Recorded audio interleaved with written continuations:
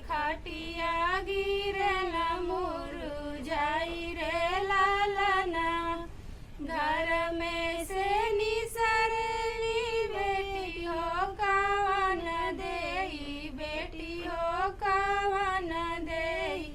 काहे पापा गिरे मुरझाई रे लालना, काहे पापा गिरे मुरझाई रे लालना।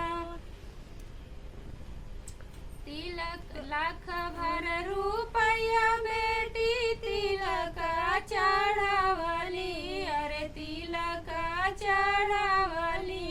अरे मुख से ना बोलेला दामाद रे लालना, अरे मुख से ना बोलेला दामाद रे लालना। तिलक चढ़ाई चाचा घर के लावटना, अरे घर के लावटना। अरे खटिया गिरे न मुरझाई रे लालना, अरे खटिया गिरे न मुरझाई रे लालना।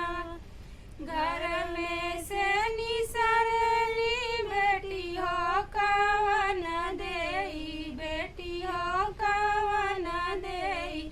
अरे काहे चाचा गिरे मुरझाई रे लालना, अरे काहे चाचा गिरे मुरझाई रे लालना।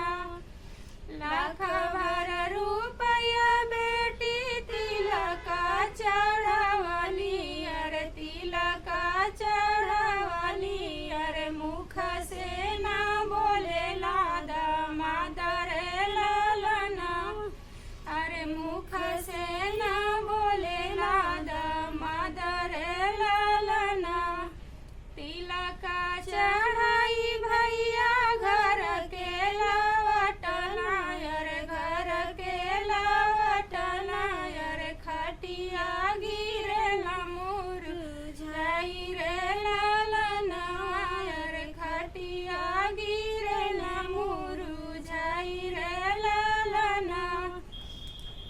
घर में से निसरली बहिना हो कवन देई, बहिना हो कवन देई। काहे भैया गिरे मुरझाई रे लालना, अरे काहे भैया